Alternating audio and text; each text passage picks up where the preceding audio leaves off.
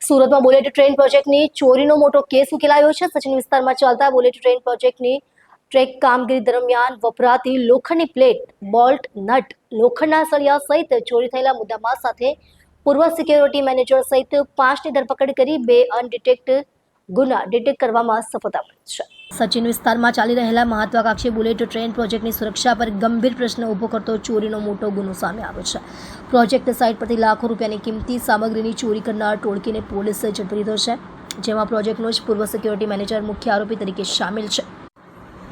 આરોપીઓએ bullet train પ્રોજેક્ટની સાઇટને 2 વખત નિશાનો બનાવ્યો હતો. પ્રથમ બનાવમાં ચોરોએ ટ્રેકના નિર્માણમાં વપરાતી કિંમતી વસ્તુઓ જેવી કે પ્લેટ, બોલ્ટ અને જાપાની કંપનીની ખાસ સ્પ્રિંગ ચોરી કરી, જેની કુલ કિંમત ₹3,52,000 આંકવામાં આવી છે.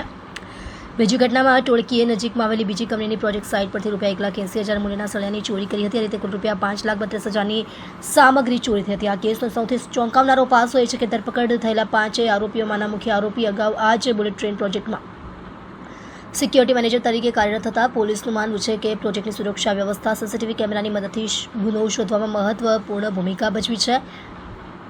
ગુનાઓ પૈકી એક ગુનો વક્તાણા ગામે જે બુલેટ ટ્રેનનો પ્રોજેક્ટ ચાલે છે, આ પ્રોજેક્ટમાં જે ટ્રેક જે લિંક કરવા માટે એક પ્લેટો વપરાય છે, એ પ્લેટ, એના સિવાય બોલ્ટ, પછી જે ઉપર કવર કરવા માટેના જે વાયસર અને જાપાનીઝ કંપનીની સ્પ્રિંગ, એમ ટોટલ ₹3,52,121નો મુદ્દામાલની ચોરી થયેલી હતી, જે સંબંધે અનડિટેક ગુનો રજીસ્ટર કરવામાં આવેલો હતો. તે સિવાય એક બીજો અનડિટેક ગુનો રજીસ્ટર કરવામાં આવેલો છે. તેમાં સચિન હોજીવાલા ઇન્ડસ્ટ્રીયલ એસ્ટેટમાં એક ETP earthing and solution private limited company છે, તેના ગોડાઉનમાંથી લોખંડની પ્લેટ અને લોખંડના સળિયા એમ મળી અને કુલ ₹1,15,480 મુદ્દામાલની ચોરી થયેલી હતી. એ પણ ગુનો અનડિટેક હતો. આ બંને ગુના અનડિટેક હોવાથી એને ડિટેક્ટ કરવા માટે અને આરોપીઓને શોધી અને મુદ્દામાલ રિકવર કરવા માટેની દિશામાં સ્થાનિક પોલીસ સ્ટેશનની અલગ અલગ ટીમ અલગ અલગ દિશામાં કામગીરી કરી રહેલી હતી, તપાસ કરી રહેલી હતી. દરમિયાન સચિન પોલીસ સ્ટેશનમાં ફરજ બજાવતા ડિસ્ટાફના એક કર્મચારીને એક સ્પેસિફિક બાતમી મળેલી હતી કે સામરોદ ગામના 4 આરોપીઓએ આ ગુનો કરેલો છે.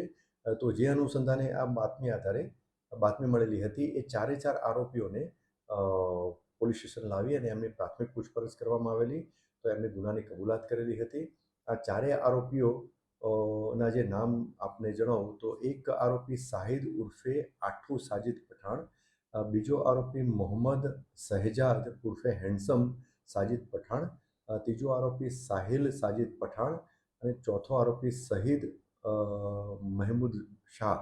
આ 4 આરોપી સચિન પોલીસ સ્ટેશનના સામરોદ ગામના રહેવાસી છે.